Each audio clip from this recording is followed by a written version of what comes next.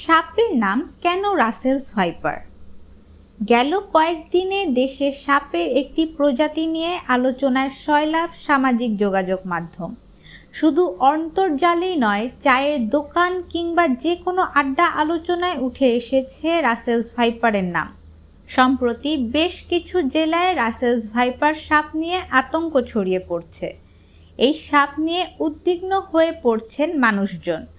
বিশেষ করে পদ্মা তীরবর্তী এলাকায় আতঙ্কটা বেশি। পরিস্থিতি এমন এক পর্যায়ে পৌঁছেছে, রাসেলস ভাইপার সাপ মেরে ফেলার প্রচারণাও সেখানকার কেউ কেউ চালাচ্ছেন। রাসেলস ভাইপার নামটি নিয়েও অনেকের মধ্যে আছে কৌতূহল। বিষধর রাসেলস ভাইপার স্থানীয়ভাবে চন্দ্রবোরা ও উলোবোরা নামে পরিচিত। সাপটি দেখতে অনেকটা অজগরের বাচ্চার মতো। ব্রিটিশ শাসনামলে ভারতে কাজ করতে এসেছিলেন স্কটিশ সার্জন প্যাট্রিক রাসেল।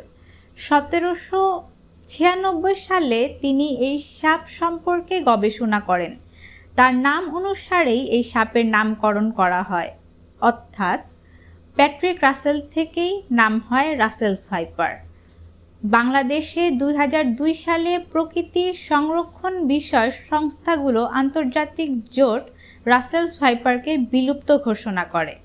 সাপটি মূলত শুষ্ক অঞ্চলের, বিশেষ করে বরেন্দ্র এলাকার বাসিন্দা হলেও এখন উপকূলীয় এলাকার কয়েকটি জেলাসহ অন্তত 35টি জেলায় ছড়িয়ে পড়েছে বলে জানাচ্ছে বিশেষজ্ঞ ও সংশ্লিষ্টরা।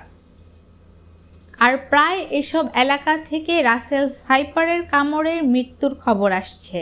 ফলে সাপটি নিয়ে জনপরিসরে ব্যাপক আলোচনা তৈরি হওয়ার পাশাপাশি সেই পরিমাণ ভয় ও আতঙ্ক তৈরি হচ্ছে।